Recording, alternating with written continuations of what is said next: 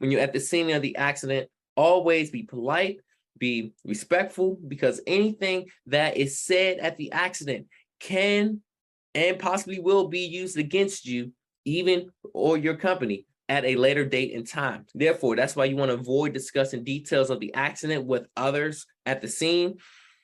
You want to avoid volunteering any unnecessary information. You want to avoid trying to settle anything at the scene.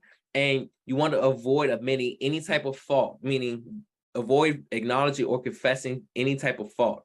And also avoid any type of problems after the accident. You want to be sure that you answer honestly, which is the questions that's being asked by law enforcement officials that are investigating that accident. You want to answer honestly. You want to be factual by stating facts of what happened, and then never guess or cause a fault. So meaning never speculate, guess, or assume what may have caused the accident or opposing who is at fault.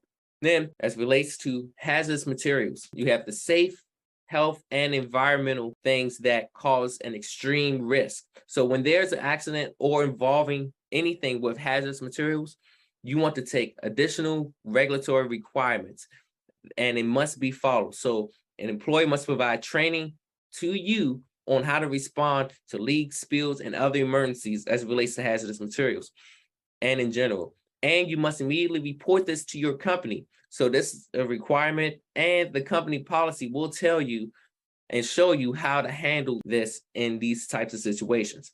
Then you want to keep bystanders away from the areas, and then follow all the steps and guidelines needed to ensure safety. This is if a hazardous material response team is actually called to team. And this relates to anything when you're carrying hazardous materials and you're in a scene of the accident and you're hauling or carrying hazardous materials.